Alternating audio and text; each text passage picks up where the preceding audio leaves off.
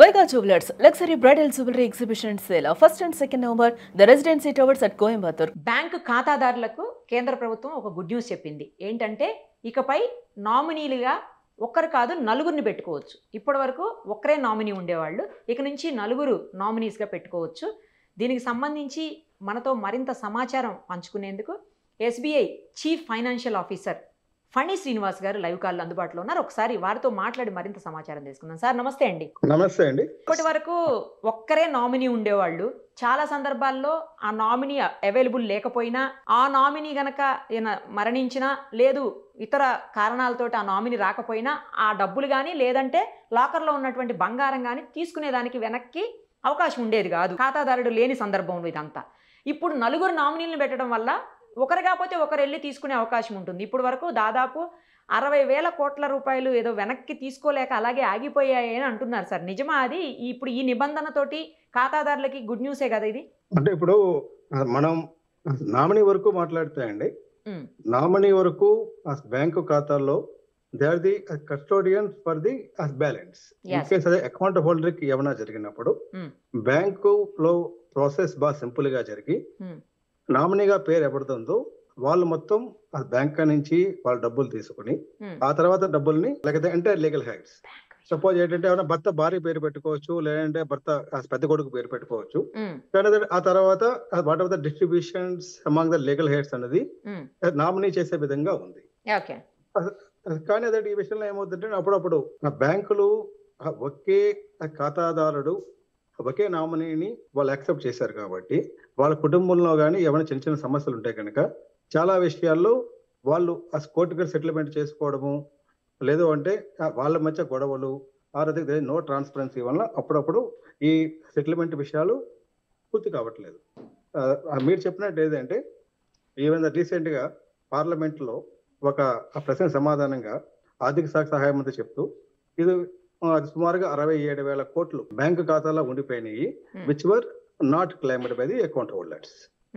So అండి ఇప్పుడు ఈ కొత్త నిబంధన ఏదైతే వచ్చిందో అప్ టు 4 నామినీస్ పెట్టుకోవడం వల్ల ఈవెన్ ఆ కొత్త ఖాతాలకి లేదంటే ఇప్పుడున్న ఖాతాలలో ఎటువంటి సమస్యలు వచ్చినప్పుడు బ్యాంక్ సెటిల్మెంట్ బాగా త్వరగా అవుతుంది, వాళ్ళ కుటుంబాల మధ్యలో కూడా వాట్ ఆర్ ఇష్యూలు లేకుండా ఉండొచ్చని ఈ వాట్ ఆర్ ద రూల్స్ అనేది బాగా సరళీకరణ చేశారండి. ఓకే, ఎప్పటి నుంచి సార్ ఇది అమలు కాబోతుంది? November 1st అంటున్నారు, నిజమేనా సార్?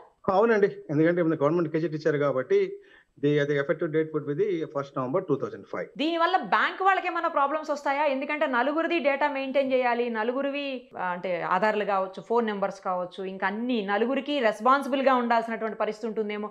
పొరపాటున రేపొద్దున పర్సన్ లేనప్పుడు ఒకరు వచ్చి తీసుకున్నాక మళ్ళీ ఇంకొకరు వచ్చి క్లెయిమ్ చేస్తారేమో, అట్లాంటి ఇష్యూస్ ఏమన్నా వస్తుండొచ్చా? అంటే ఇప్పుడు మనం ఈ కొత్త నిబంధనలు చూస్తే అండి, ఈవెన్ డిపాజిట్ ఖాతాలకి మొత్తం అప్ టు 4 నామినీస్ అది పర్సంటేజ్ వైజ్ ఫిక్స్ చేసుకుంటారండి. ఇప్పుడు సపోజ్ ఏంటంటే ఒక ఖాతాలో ఒకలే నామినీ ఉంటే 100% వాళ్ళకి వెళ్తుంది. Even by taking small example, ఒక భర్త, భార్య, 2 కొడుకులు, కూతురు, మొత్తం నలుగురిని నామినీ పెట్టుకున్నప్పుడు 25% పెట్టుకోవచ్చు, లేదు అంటే 50%, 40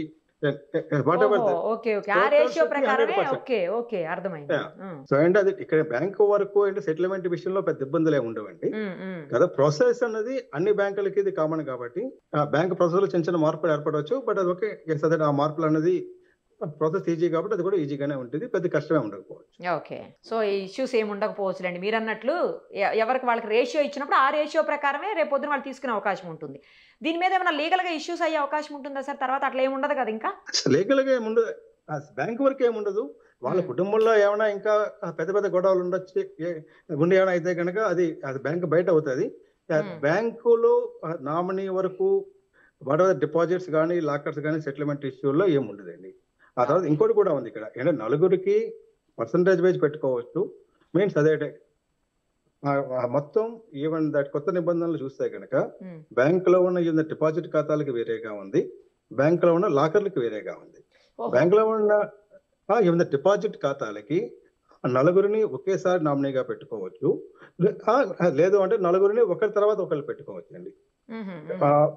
టు అండర్స్టాండ్ వెరీ క్లియర్లీ, ఒక మనిషి మొదటి నామినీగా వాళ్ళ భార్యని పెట్టుకుంటారు. వాళ్ళ భార్య తర్వాత పెద్ద కొడుకుని పెట్టుకోవచ్చు, ఆ తర్వాత ఇంకొకరిని పెట్టుకోవచ్చు. ఇన్ కేస్ ఏదైనా అకౌంట్ హోల్డర్కి ఏదైనా జరిగినప్పుడు ఆ టైంలో భార్య అవైలబుల్ ఉంటే కనుక, మీరు భార్య బతికి ఉంటే కనుక, మీరు ఫస్ట్ నామినీ బతికి ఉంటే కనుక ఫస్ట్ నామినీ డబ్బులు తీసుకుంటారు.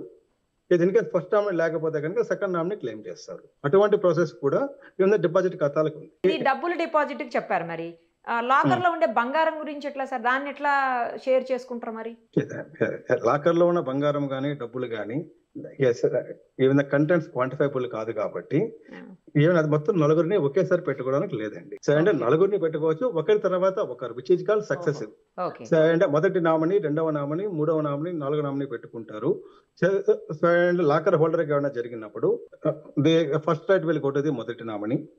కాకపోతే ఆ తర్వాత రెండవ నామినీ, మీన్స్ మొదటి నామినీ కూడా బ్రతి ఉండకపోతే రెండవ నామినీ, 1, 2 లేకపోతే 3. సో ప్రాసెస్ అనేది ఈజీగా అవుతుంది. ఇందాక మనం అనుకున్న 67,000 కోట్లలో కూడా చాలా విషయాల్లో సమస్య ఎక్కడ వచ్చి ఉండొచ్చు అంటే, ఒక అకౌంట్ హోల్డర్ ఉన్నాడు, ఒక నామినీ ఉంది. అకౌంట్ హోల్డరు బతికి ఉండకపోవచ్చు, నామినీ కూడా బతికి ఉండకపోవచ్చు. అటువంటి విషయాల్లో కోర్టు కేసులు ఇందాక మీరు చెప్పినట్లు చిన్న చిన్న విషయాలు ఉంటాయి కనుక కొంచెం లేట్ అవ్వచ్చు. కానీ ప్రాసెస్ సింప్లిఫై అవుతుంది.